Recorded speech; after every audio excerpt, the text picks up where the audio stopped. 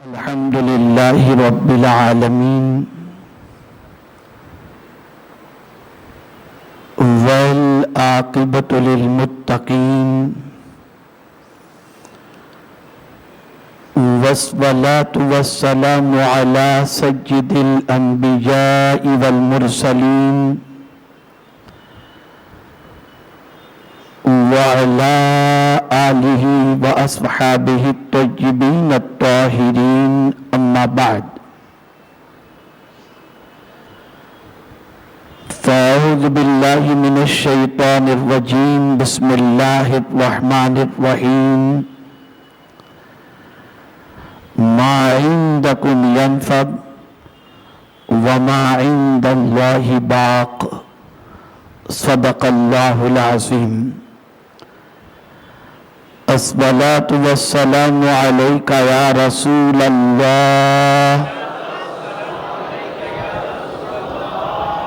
अस्सलातु वस्सलामु अलैका या हबीबल्लाह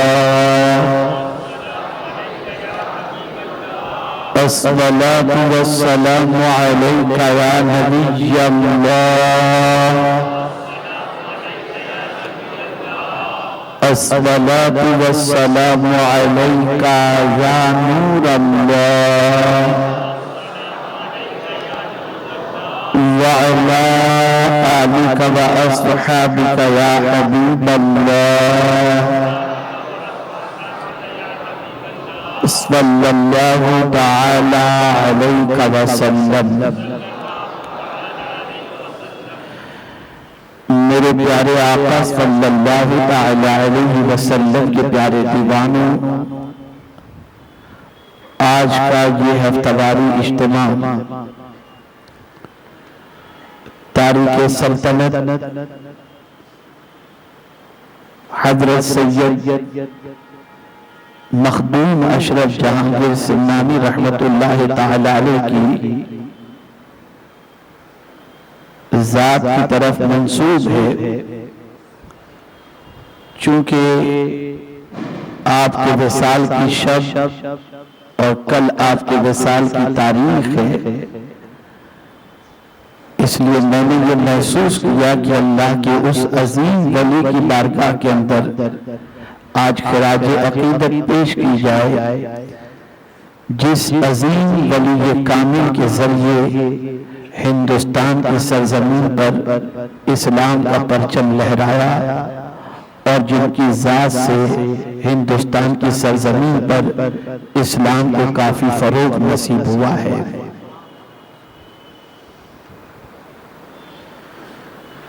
मेरे प्यारे आका सल्लल्लाहु तआला अलैहि वसल्लम के प्यारे दीवानों, आये करीमा के जिस हिस्से की तिलावत का मैंने शर्फ हासिल किया है, पहले उसे ज़हन में रखें और उसे ज़हन में रखने के बाद हज़रत मखदूम सिन्ना रहमतुल्लाहि तआला अलैह की हयात तैयबा को सुने, ताकि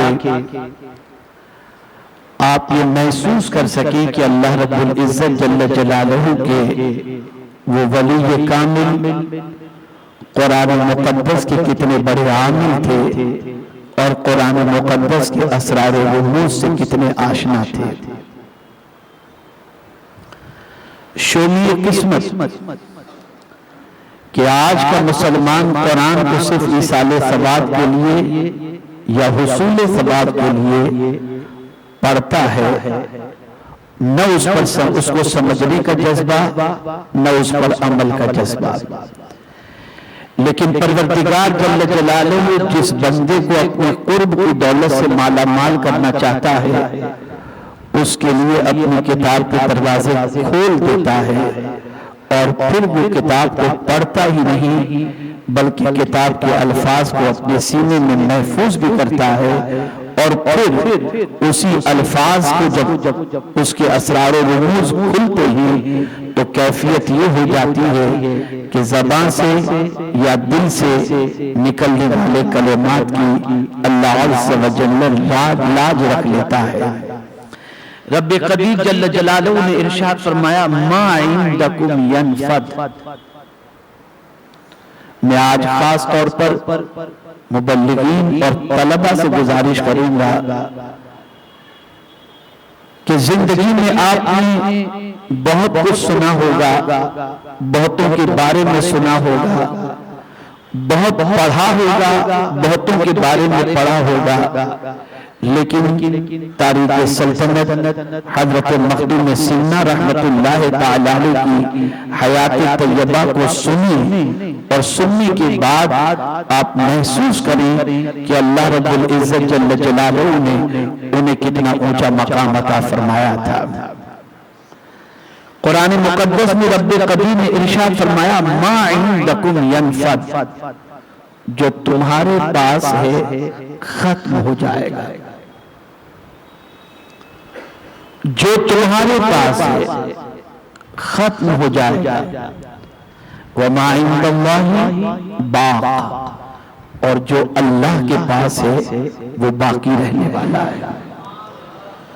जो तुम्हारे पास है वो खत्म हो जाएगा और जो अल्लाह के पास है वो बाकी रहने वाला है।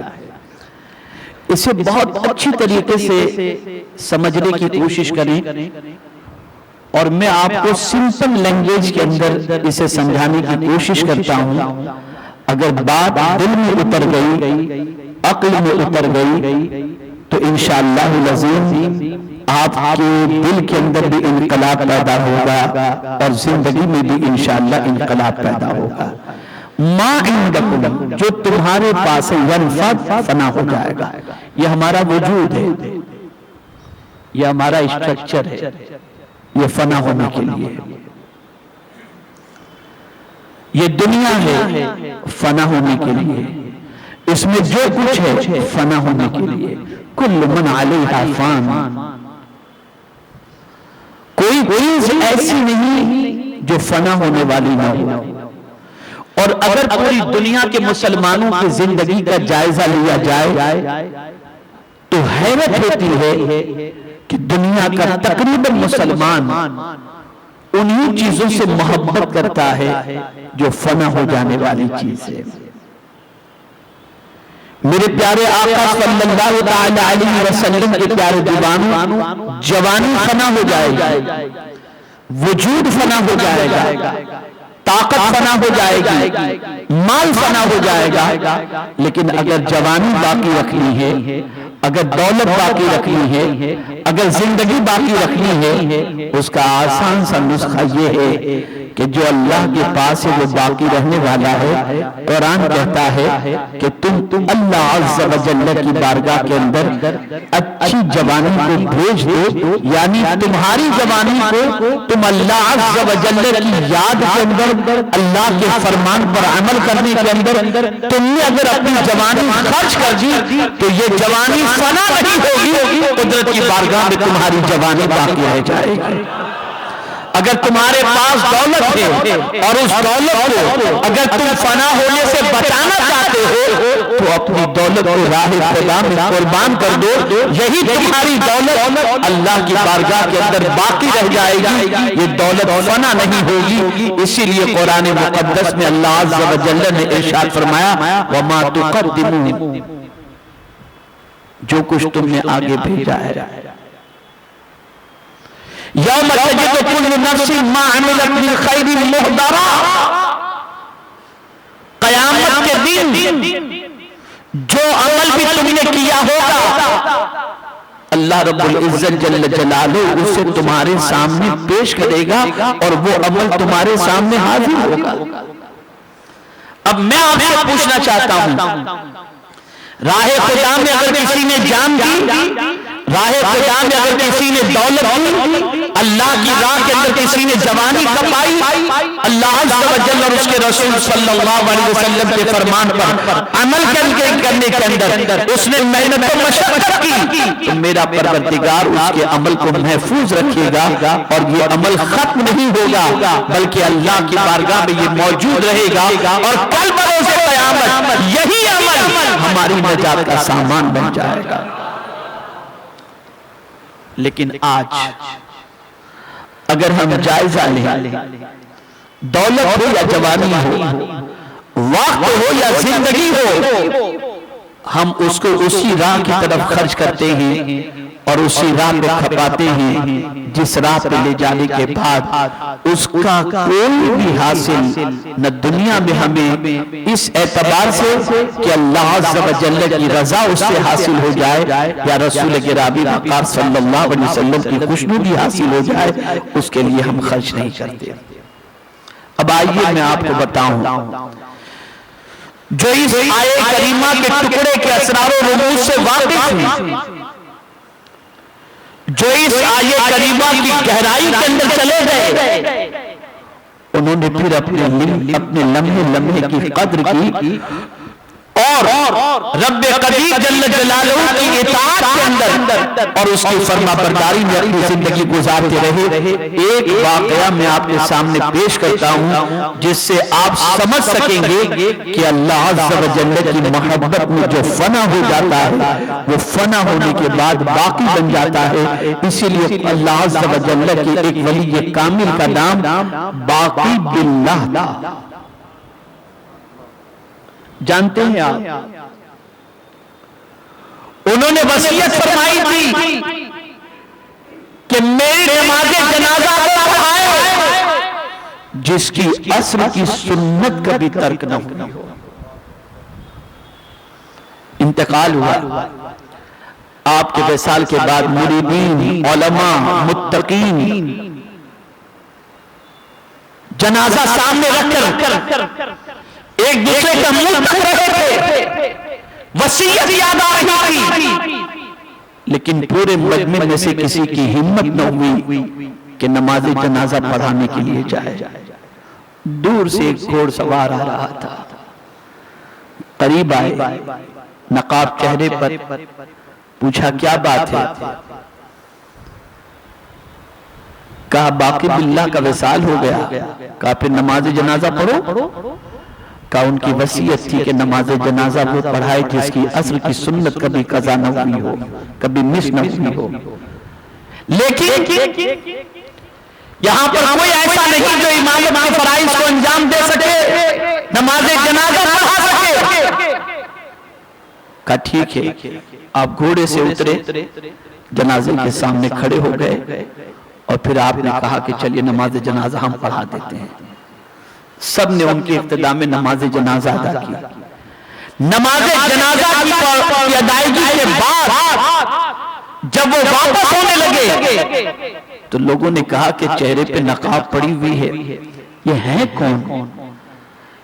बहुत इसरार किया गया तो आपने जब नकाब हटाई तो कोई और नहीं था, वो खुद ही बाकी बिल्लाह। रसूल गिरामी वक़ार सल्लल्लाहु अलैहि वसल्लम के प्यारे दीवानों, जो अल्लाह की मोहब्बत में फना हो जाता है, मेरा मौला उसे बाकी बिल्लाह का ताज अता फरमा दिया करता है। वो जिंदगी फना होकर के भी बाकी रह जाती है। आप अपनी जिंदगी के उन लम्हात को याद करो, आप अपनी जिंदगी के उन औकात को याद करो जो आपकी जिंदगी के लम्हात याद इलाही से गुजरे होंगे। जब जब आप याद करेंगे आपका दिल अंदर से अंगड़ाइयां लेगा कि अल्लाह अल्लाह अकबर, वो लम्हात कितने अच्छे थे जो याद इलाही में बसर होते थे। एक मिसाल के जरिए समझाऊंगा तो बात अच्छी तरीके से समझ में आ जाएगी। माह रमज़ान मुबारक जब गुजर जाता है तो इंसान को अफसोस होता है कि वो लम्हे कितने अच्छे थे जो याद इलाही में गुजरते थे। अब आइए हजरत मखदूम सिमना रहमतुल्लाह ताला अलैह की हयात तैयबा के तनगोशे को समाअत फरमाएं। मेरे प्यारे आका सल्लल्लाहु ताला अलैहि वसल्लम के प्यारे दीवानों, हजरत मखदूम सिमना रहमतुल्लाह ताला अलैह के वालिद हजरत सैयद इब्राहीम रहमतुल्लाह ताला अलैह सिमना के ताजदार थे। एक रोज अपनी बीवी के साथ तशरीफ फरमा थे कि एक मजजूब इत्तेफाक से उनका नाम भी इब्राहीम ही था। वो आए, मियां बीवी को दोनों को देखा तो हजरत सुल्तान सैयद इब्राहीम रहमतुल्लाह ताला अलैह खड़े हो गए और उस मजज़ूब का इस्तकबाल किया। उनके सामने रोज़ाने अदब के साथ बैठे और हजरत इब्राहिम रहमतुल्लाह ताला अलैह मजज़ूब का नाम था और सैयद इब्राहिम रहमतुल्लाह ताला अलैह ये मखदूम सिन्ना के वालिद का नाम था। हजरत इब्राहिम रहमतुल्लाह ताला अलैह बैठे और बैठने के बाद इरशाद फरमाते हैं, तुम दोनों मुतफक्किर क्यों हो, क्या सोच रहे हो? तुम्हें कोई औलादे नरीना चाहिए ना? अल्लाह रब्बुल इज्जत जल्ल जलालुहु तुम्हें औलादे नरीना अता फरमाएगा। दोनों ने जब ये सुना तो खुशी की इंतहा न रही और फिर उन्होंने ही नाम बता दिया कि एक का नाम अशरफ रखना जो बहुत बड़ा वली कामिल होगा, और दूसरे का नाम आरफ रखना। अल्लाह अज़्ज़ व जल्ल ने चंद दिनों के बाद हजरत मखदूम अशरफ जहांगीर समनानी रहमतुल्लाह ताला अलैह को इस फर्श गीती पर पैदा फरमाता है और आपकी विलादत होती है। एक बुजुर्ग का इशारा पहले से था कि ये वली कामिल है। हजरत मखदूम अशरफ जहांगीर समनानी रहमतुल्लाह ताला अलैह की विलादत के बाद उनकी निगरानी के लिए भी कहा गया था, उनकी तरबियत में कोई कसर न रह जाए उसके लिए भी कहा गया था, और उनकी विलायत के हवाले से भी पहले से पेशेनगोई दे दी गई थी। अल्लाहु अकबर। हजरत मखदूम अशरफ जहांगीर समनानी रहमतुल्लाह ताला अलैह अपने वालिद से तरबियत हासिल करते हैं और सबसे पहले उनके वालिद ने उनके कुरान मुकद्दस को दुरुस्त किया और कुरान मुकद्दस की तालीम से उन्हें आरास्ता किया, और 7 साल की उम्र के अंदर हजरत मखदूम अशरफ जहांगीर समनानी रहमतुल्लाह ताला अलैह 7 क़िरात के कारी भी हो गए और बेहतरीन हाफिज़ कुरान भी हो गए। 7 साल की उम्र। और उसके बाद हजरत मखदूम सिन्ना रहमतुल्लाह ताला अलैह उलमा से तरबियत पाते, वालिद मुत्तकी थे, परहेजगार थे, और याद रखें वाजिब और फराइज के ही पाबंद न थे बल्कि सुन्नत और मुस्तहब्बात के भी पाबंद थे। वालिदा भी बहुत ऊंचे मकाम पर फाइज थी। निहायत निगहबानी के साथ हजरत मखदूम अशरफ जहांगीर समनानी रहमतुल्लाह ताला अलैह की तरबियत का सिलसिला जारी और सारी रहा। अल्लाहु अकबर। हजरत सैयद इब्राहिम रहमतुल्लाह ताला अलैह जो हजरत मखदूम अशरफ के वालिद थे, उनका विसाल हो गया, और विसाल होते वक्त हजरत मखदूम सिन्ना की उम्र कमोबेश 15 साल की थी, और आपके वालिद के विसाल के बाद सल्तनत आपके हाथ में आई, और आप उस वक्त जो है सल्तनत के हुक्मरान की हैसियत से, सुल्तान की हैसियत से तख्त के ऊपर मुतमक्किन हुए 15 साल की उम्र में। मैं तलबा से कहूंगा जरा अपनी उम्र सोचो और मखदूम सिन्ना की उम्र सोचो। आपकी 15 साल की उम्र में आपकी क्या पोजीशन है, और मखदूम सिन्ना अलैहि रहमत व रिज़वा ताजदार बनकर के, सल्तनत के हुक्मरान बनकर के तख्त शाही पर मुतमक्किन होते हैं। 15 साल की उम्र थी। अल्लाहु अकबर। हजरत मखदूम सिन्ना रहमतुल्लाह ताला अलैह उस 15 साल की उम्र के अंदर हुकूमत संभालते हैं, और उसके बाद आप ये समझ सकते हैं कि 15 साल की उम्र का नौजवान जिसे खुद को संभालना मुश्किल होता है, लेकिन वो एक सल्तनत का हुक्मरान बनकर, तख्त ताज का मालिक बनकर जब हुक्मरानी कर रहा होगा तो उसकी सिचुएशन क्या होगी, और इतने लोगों को संभालना, अपने इलाके को संभालना, ये कितना उनके लिए डिफिकल्ट होगा।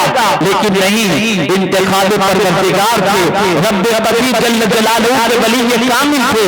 और याद रखें मेरे प्यारे आका सल्लल्लाहु अलैहि वसल्लम के प्यारे जुबानों, हजरत मखदूम सिन्ना रहमतुल्लाह ताला अलैह अपने जमाने के अंदर अदल का निजाम को कायम किया था कि पूरी सल्तनत जो चला रहे थे कुरान और हदीस के मुताबिक चला रहे थे। कोई भी फैसला कुरान के खिलाफ नहीं होता, कोई भी फैसला हदीस मुस्तफा सल्लल्लाहु अलैहि वसल्लम के खिलाफ कभी नहीं होता था।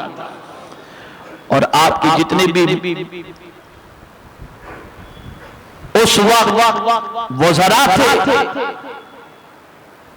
हुकूमत के चलाने के अंदर जितने भी मुशीर थे, अल्लाह अकबर, उन सब को इस चीज की हिदायत थी कि कोई भी फैसला और कोई भी काम कुरान और हदीस के खिलाफ नहीं होना चाहिए। मैं आपके अदल के दो वाकयात आपके सामने पेश करता हूं जिससे आप ये समझ सकेंगे कि हजरत मखदूम सिन्ना रहमतुल्लाह अलैह कितने बड़े आदिल हुक्मरान थे। मेरे प्यारे आका सल्लल्लाहु अलैहि वसल्लम के प्यारे दीवानों, हजरत मखदूम सिन्ना रहमतुल्लाह अलैहि के दौरे पाक के अंदर आप अपनी फौज के साथ सवारी के, आपकी फौज के साथ सयाहत के लिए निकले, सैर के लिए निकले, शिकार के लिए निकले। फौज शिकार के लिए चली गई, आप तशरीफ फरमा थे। इतने में एक औरत रोती हुई बिलखती हुई आती है और अर्ज करती है, सुल्तान, किसी सिपाही ने मेरा दही मुझसे छीन लिया है। हजरत मखदूम सिन्ना रहमतुल्लाह अलैहि ने जब ये सुना तो फरमाया, ये मेरे सिपाही हैं, ये मेरी फौज है, अगर इसमें से किसी ने छीना हो तो बताओ। कहा, नहीं हुजूर, इसमें से तो कोई नजर नहीं आता। एक सवार आया सवारी पर, उस औरत ने जब देखा तो कहा, हुजूर, यही है जिसने मेरा दही मुझसे छीन लिया। मखदूम सिन्ना रहमतुल्लाह अलैहि ने उससे पूछा, उसने इनकार किया। तो मखदूम सिन्ना ने मक्खियों को जमा किया और फरमाया, ये मक्खी खाओ। जैसे उसने मक्खियां खाई तो खाते ही दही उसके जिस्म से निकलनी शुरू हो गई। उसका झूठ फाश हो गया और मखदूम सिन्ना रहमतुल्लाह अलैहि ने फिर उसे सख्त तरीन सजा अता फरमाई।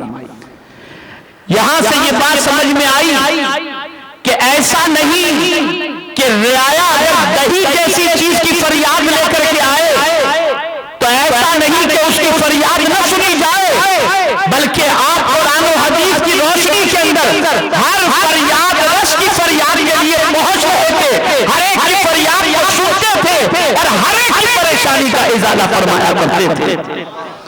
मेरे प्यारे आका सल्लल्लाहु अलैहि वसल्लम के प्यारे दीवानों, हजरत मखदूम सिन्ना रहमतुल्लाह अलैहि ने अपनी पूरी जिंदगी कनाअत के साथ गुजारी। तख्त और ताज पर बैठे तो जरूर थे, लेकिन जिंदगी की बड़ी अजीब सिचुएशन थी। आप ये बात ज़हन में रखें, हजरत मखदूम सिन्ना उलमा से मिलते, मशाइख से मिलते, उनसे इक्तिसाब फैज़ करते और वालिद की तालीम पर अमल करते हुए हर अल्लाह के वली का एहतराम करते।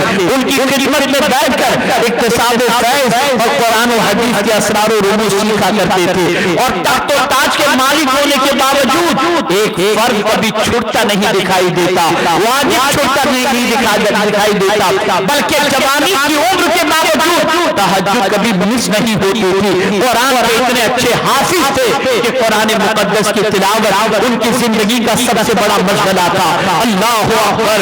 हजरत सुल्तान मखदूम अशरफ जहांगीर समनानी रहमतुल्लाह अलैहि अपनी जिंदगी के लम्हात गुजार रहे हैं और तख्त ताज उनके पास मौजूद था, हुक्मरानी कर रहे हैं, मखलूक खुदा की खिदमत कर रहे हैं। आप याद रखें, तख्त ताज के मालिक होने के बावजूद मकसद एक ही था, मखलूक खुदा की खिदमत, अल्लाह की मखलूक का ख्याल करना, अल्लाह की मखलूक की परेशानी को दूर करना।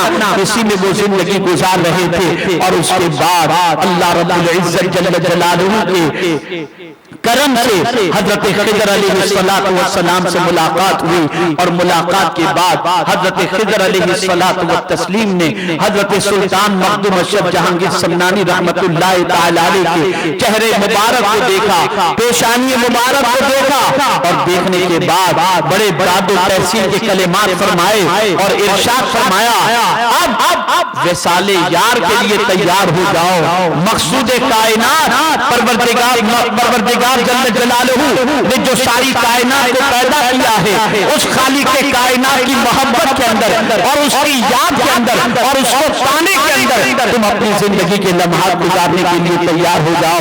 ये तख्त व ताज तुम्हारे लिए नहीं है।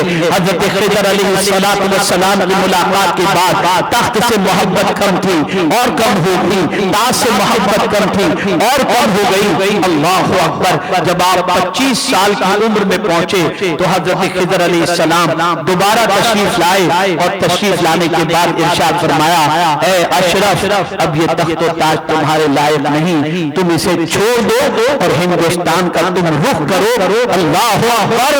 और दावत दीन के फराइज की जिम्मेदारी अल्लाह ने तुम्हारे कांधे पे रखी है। जाओ और जाकर के बुजुर्गाने दीन से इक्तिसाबे फैज करके तुम दावत दीन के फराइज को अंजाम देना।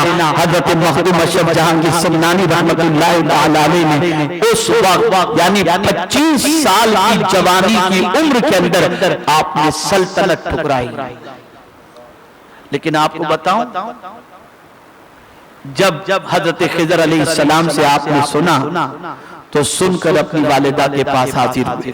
माँ, खिज़र अलैहिस्सलाम आए थे, उन्होंने सल्तनत छोड़ने का हुक्म दिया है और मैं इसे छोड़ने के लिए मैं तैयार हूं और मुझे हिंदुस्तान जाने के लिए उन्होंने कहा है।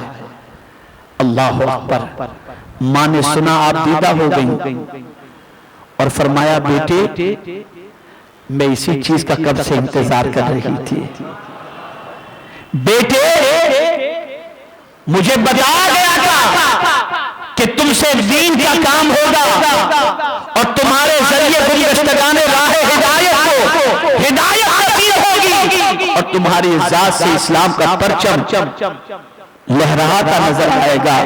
मेरे लख्त जिगर, जरूर तुम जाओ, मेरी तरफ से तुम्हारे लिए कोई रुकावट नहीं, लेकिन आज जाने का अंदाज तुम्हारा जुदा होगा। माँ का अंदाज देखिए, कैसी माएं थी, कैसी माएं थी। आज का बच्चा अगर माँ से कह दे मैं बादशाह छोड़ करके फकीरी इख्तियार करने जा रहा हूं, माँ कहेगी पागल हो गए। लेकिन उस माँ को करोड़ों सलाम जो माँ अपने बेटे की ख्वाहिश की तकमील के लिए बच्चे को ऊपर रज़ा और खुशी इजाजत दे रही है। लेकिन माँ ने क्या कहा, बेटे आज तुम जाओगे यहां से, सिमना से निकलोगे, लेकिन तुम्हारे निकलने का अंदाज एक फातिहाना होना चाहिए। मां कैसे निकली? कहा जो फौज है, जो तुम्हारे सिरे सालार हैं, जो इस शहर के रहने वाले हैं, सब जमा हो जाएं, सबको जमा करो और तुम सवारी पर सवार हो और ये सब तुमको रुखसत करने के लिए आए। तो जब मैं तुम्हें निकलता देखूं तो मैं ये समझूं कि मेरा बेटा सिर्फ फातिह बन करके नहीं जा रहा है, फातिह नफ्स बन करके जा रहा है। और मैं इस तरह से तुम्हें निकलता हुआ देखूं। मां की नसीहत को उन्होंने कबूल किया, सब जमा हो गए और हजरत मखदूम सिमना अलैहि रहमतुल्लाह व रिज़वान ने सल्तनत को ठुकरा कर अपने भाई आहरफ के हवाले कर दी और खुद जो है उस सल्तनत को छोड़कर जब चलने लगे, मां से अलविदाई सलाम और दुआएं लेकर जब आगे बढ़े तो कुछ मुसाहिब थे जिन्होंने कहा कि हम भी आपके साथ चलेंगे। बड़े समझाने के बाद, बड़ी मन्नत समाजत के बाद बहुत सारे रुक गए, लेकिन दो लोगों ने साथ नहीं छोड़ा और उन लोगों ने कहा हम आपके साथ चलेंगे। अल्लाह अकबर। हजरत मखदूम सिमना रहमतुल्लाह तआला अलैहि 25 साल की उम्र में सल्तनत को ठुकरा कर अल्लाह के विसाल के लिए, अल्लाह को पाने के लिए, अल्लाह की मोहब्बत में फना हो चुके थे। अल्लाह रब्बुल इज्जत जल्ल जलालहू की मोहब्बत के अंदर डूब करके निकल जाते हैं। अल्लाह अल्लाह, मेरे प्यारे आका सल्लल्लाहु अलैहि वसल्लम के प्यारे दीवानों, जंगलों बयाबान की खाक छान रहे हैं, साथ में दो हमेशा साथ में लगे रहते थे मुसाहिब।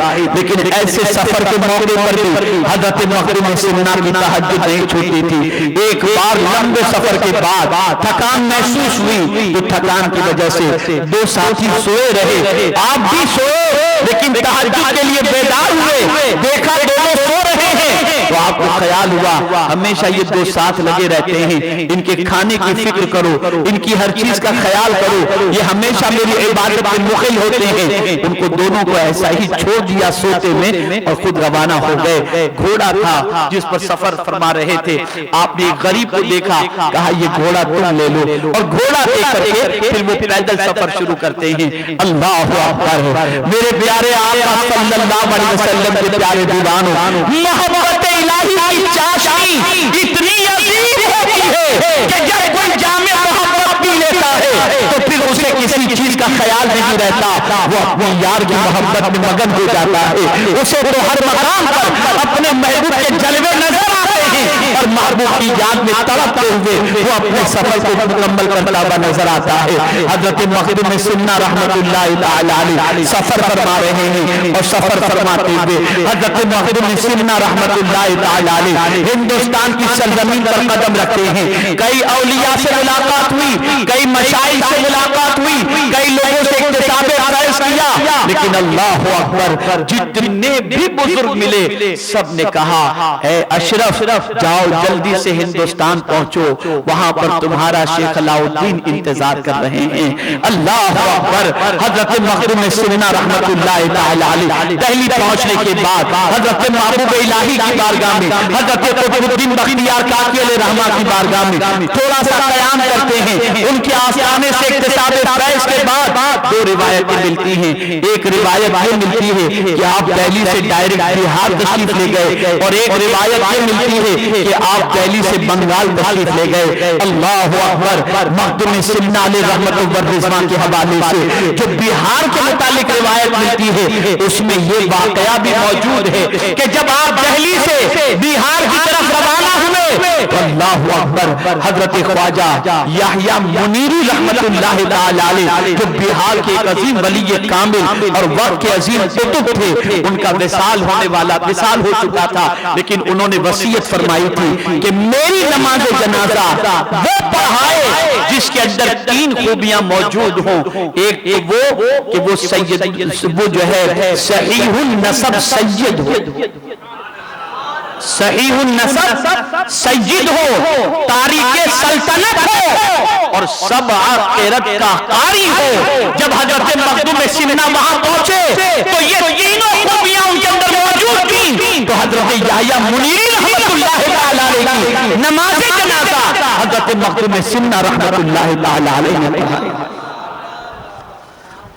अब मैं आपको कुछ ऐसी बातें बताऊं जिसे सुनने के बाद आपको पता चलेगा कि हजरत मखदूम सिन्ना का मकाम क्या था। सुनो,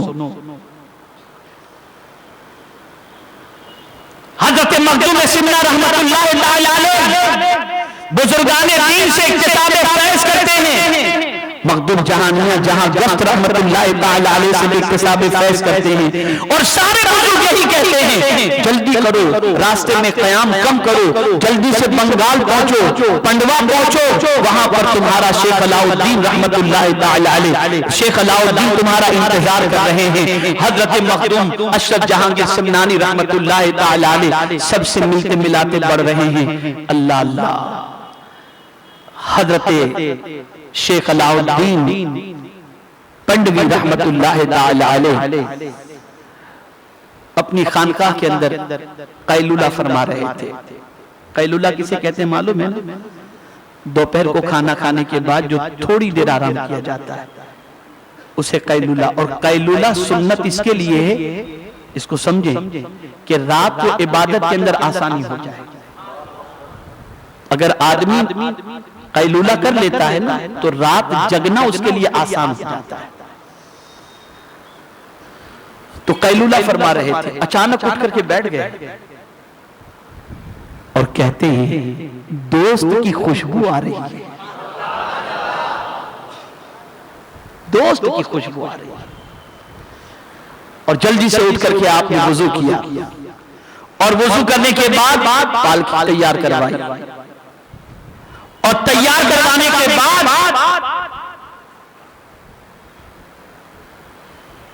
बाहर निकले। खुलफा मुरीदीन सबको साथ लेकर के बाहर निकले। चलो चलते हैं, दोस्त की खुशबू आ रही है। सबको हैरत होती है कि शेख अलाउद्दीन पंडवी रहमतुल्लाह ताला अलैह कभी अपनी खानका से किसी के लिए वक्त का ताजदार भी आ जाए तो उसके लिए कभी नहीं निकलते थे। ऐसा कौन है जिसके लिए आज शेख अलाउद्दीन खुद तशरीफ ले जा रहे हैं? रवाना साथ में मुरीदीन हैं, खुलफा हैं। मेरे प्यारे आका सल्लल्लाहु अलैहि वसल्लम के प्यारे दीवानों एक दरख्त के पास पहुंचे और पहुंचने के बाद वहां पर आप रुक गए और रुक करके टिकटिकी बांध करके उस रास्ते की तरफ देख रहे थे जिस रास्ते से हजरत मखदूम अशरफ तशरीफ लाने वाले थे।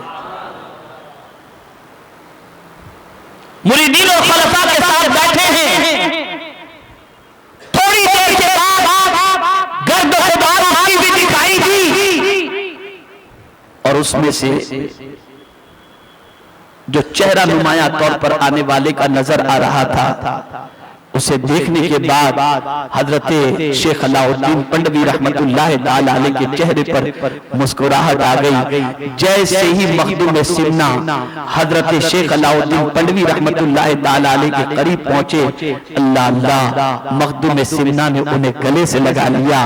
अपने गले से लगाने के बाद जो कुछ नवाजना था वो नवाजा और नवाजने के बाद पालकी के अंदर अपने साथ उन्हें बिठाया और बिठा करके उस पालकी के साथ खानकाह में लेकर के आए। मेरे प्यारे आका सल्लल्लाहु अलैहि वसल्लम के प्यारे दीवानों, एक तसव्वुफ का अजीम नुक्ता मैं आपके सामने पेश करता हूं। तसव्वुफ का अजीम नुक्ता,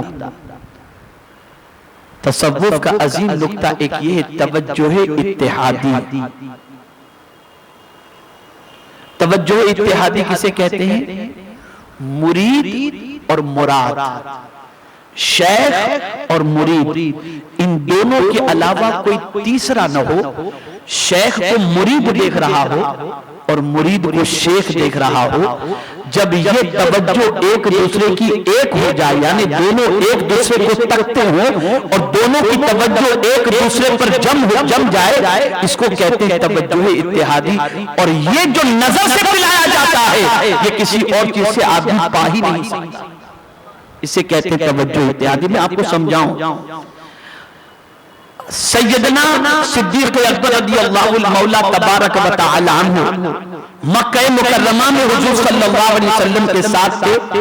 मदीने के लोग जब मक्का मुकर्रमा आते तो सिद्दीक अकबर को भी जानते थे, हुजूर सल्लल्लाहु अलैहि वसल्लम को भी जानते थे। लेकिन हुजूर सल्लल्लाहु अलैहि वसल्लम जब हिजरत फरमाते हैं तो गारे सौर के अंदर सिद्दीक होते हैं, मुस्तफा प्यारे होते हैं, कोई तीसरा नहीं होता।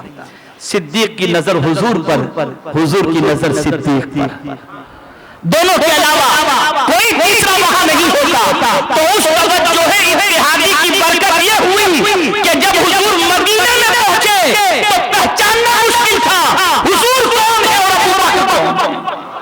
वो फिर अपने रंग के अंदर रंग दिया जाता है। आला हज़रत अज़ीमुल बरकत का मामला भी ऐसा है। खातमुल अकाबिर हजरत सैयद आले रसूल मारा रबी रहमतुल्लाह ताला अलैह ने जब आला हज़रत को अपने हुजरे में बुलाया और वो तशरीफ ले गए, जब मुरीद बन करके निकले तो पहचानना मुश्किल था कि आले रसूल कौन है और अहमद रजा कौन। इसलिए कि वहां भी तवज्जो इत्तेहादी थी, तवज्जो इत्तेहादी।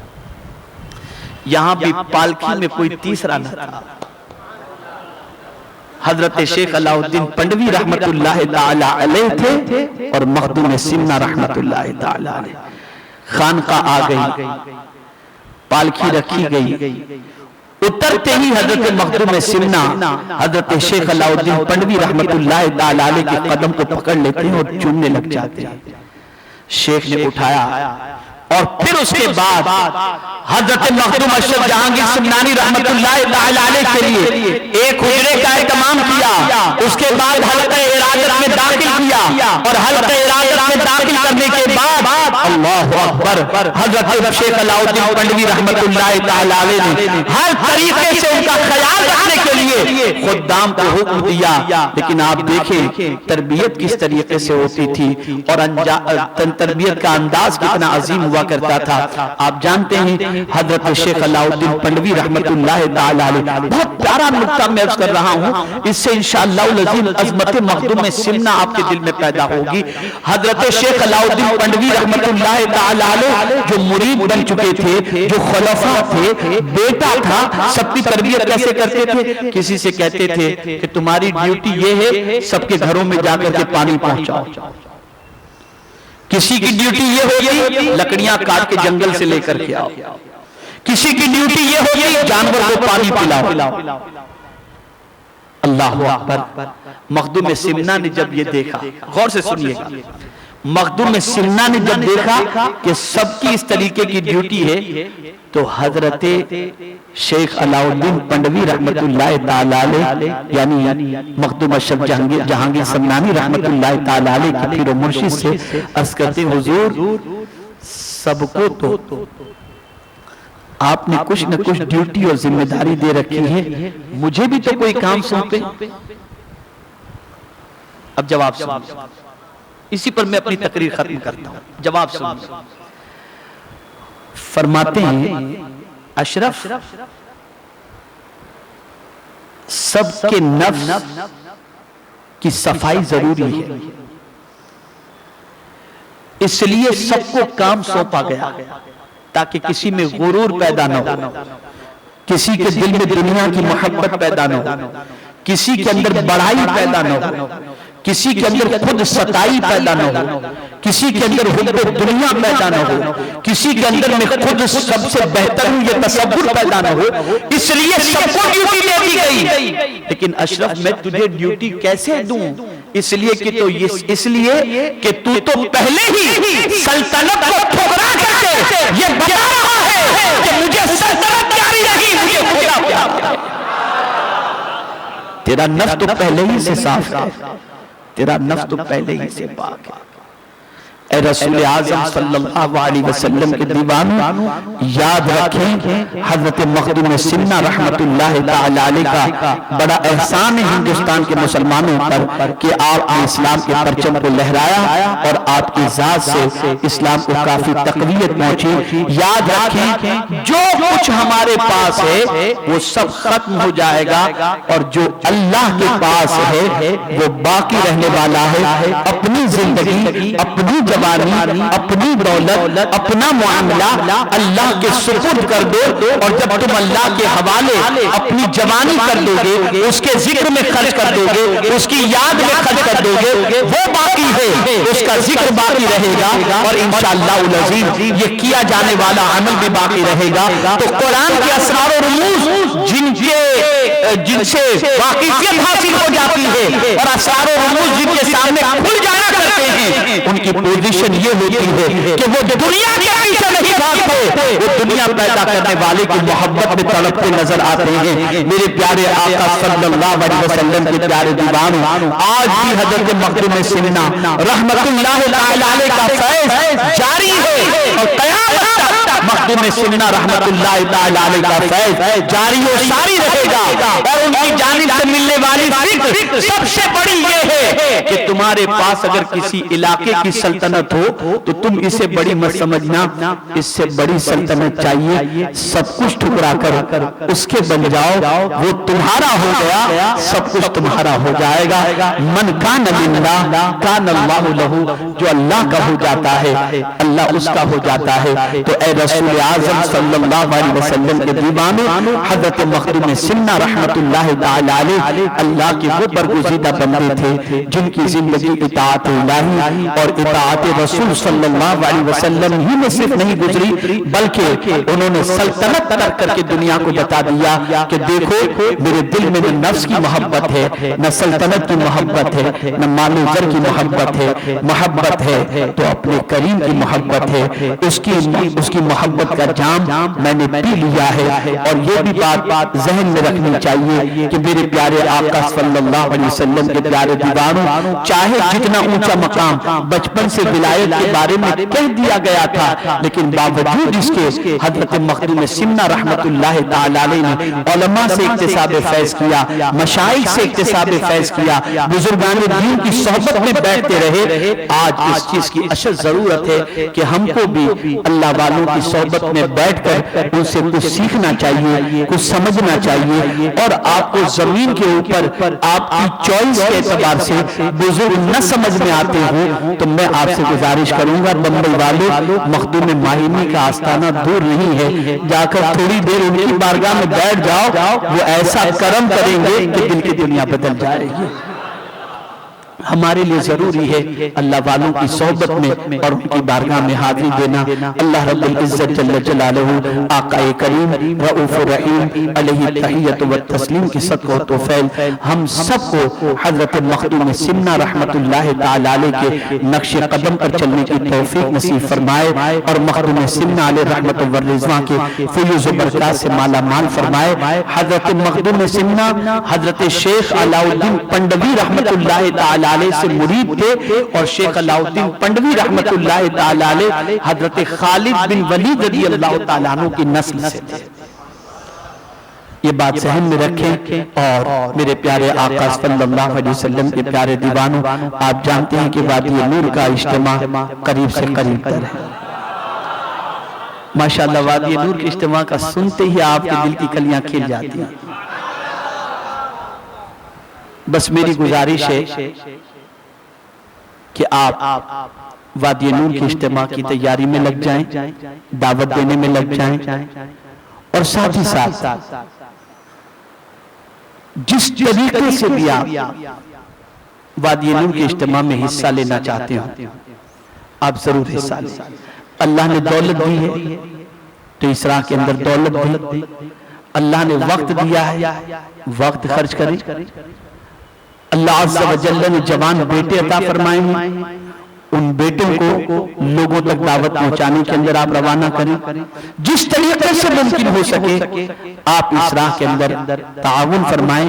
अज्र देने वाली जात मेरे करीम की है, अल्लाह यहाँ भी दे और आखिरत में भी अता फरमाए। वमा अलैना इल्लल बलागुल मुबीन। अस्सलामु अलैकुम व रहमतुल्लाहि व बरकातुहू। रिसालत के परवानों हर शनिचर को बाद नमाज इशा सुन्नी दावत इस्लामी के आलमी मरकज इस्माइल हबीब मस्जिद में सुन्नी इज्तिमा होता है।